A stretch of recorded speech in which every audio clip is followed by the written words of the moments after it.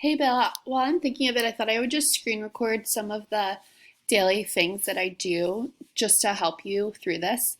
So, I've been making my daily agendas on slides via Google Slides, and you can choose to do it any way you want. But the way I do this is so this was yesterday's daily agenda.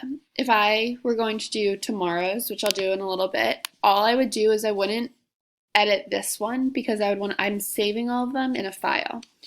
So all I would do is I would go to File, make a copy, entire presentation, and you can rename it. So usually I'll rename it to, I keep the 4B, so it's your class, week 2, and then day 3, because it's Wednesday. And then I have a folder. You don't have to keep that folder, it just keeps me organized. And then I say, okay. Slides then copies everything that we've done yesterday onto a new PowerPoint. I just simply exit out of the day before, and then I edit it. So I change, my message, the question, whatever I need to change. That's how I make a new PowerPoint for each day. So that's that hint.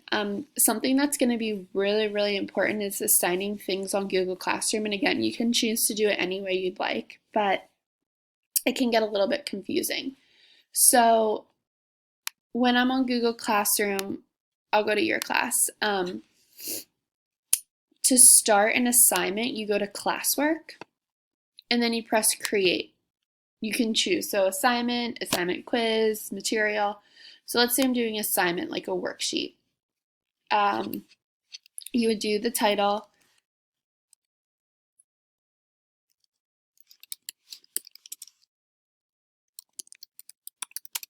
and then you're gonna, you can type in your instructions, whatever you want, and you add probably from your Google Drive. You can add links as well. But this one's a really good example. So say I'm doing the Tall Tale worksheet. I want everyone to have a worksheet, so I add it.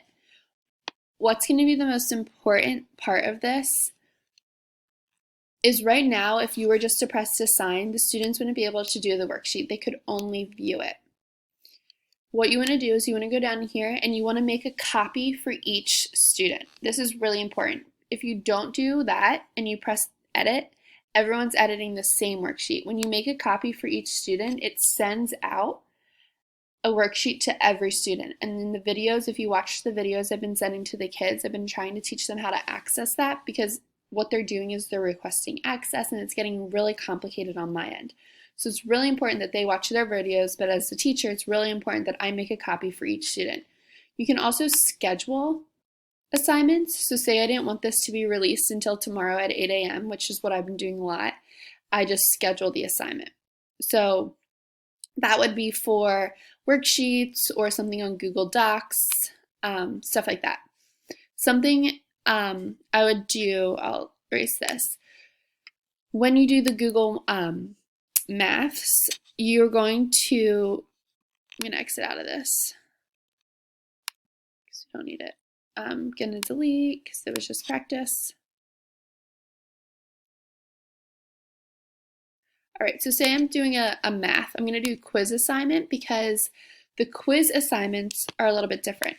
So I type in the daily math, whatever I want to name it. You're going to exit out of the blank quiz because we're already going to have a quiz. You can write directions.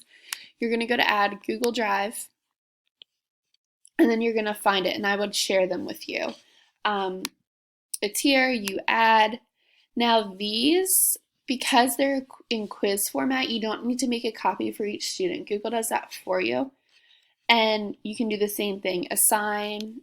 You can do it in the morning if you want, or you can do it the day before and schedule your assignment. So those are just a little helpful tips that I've been learning through this process. There's so many more, so as I think of them, I can just record my screen and help you out.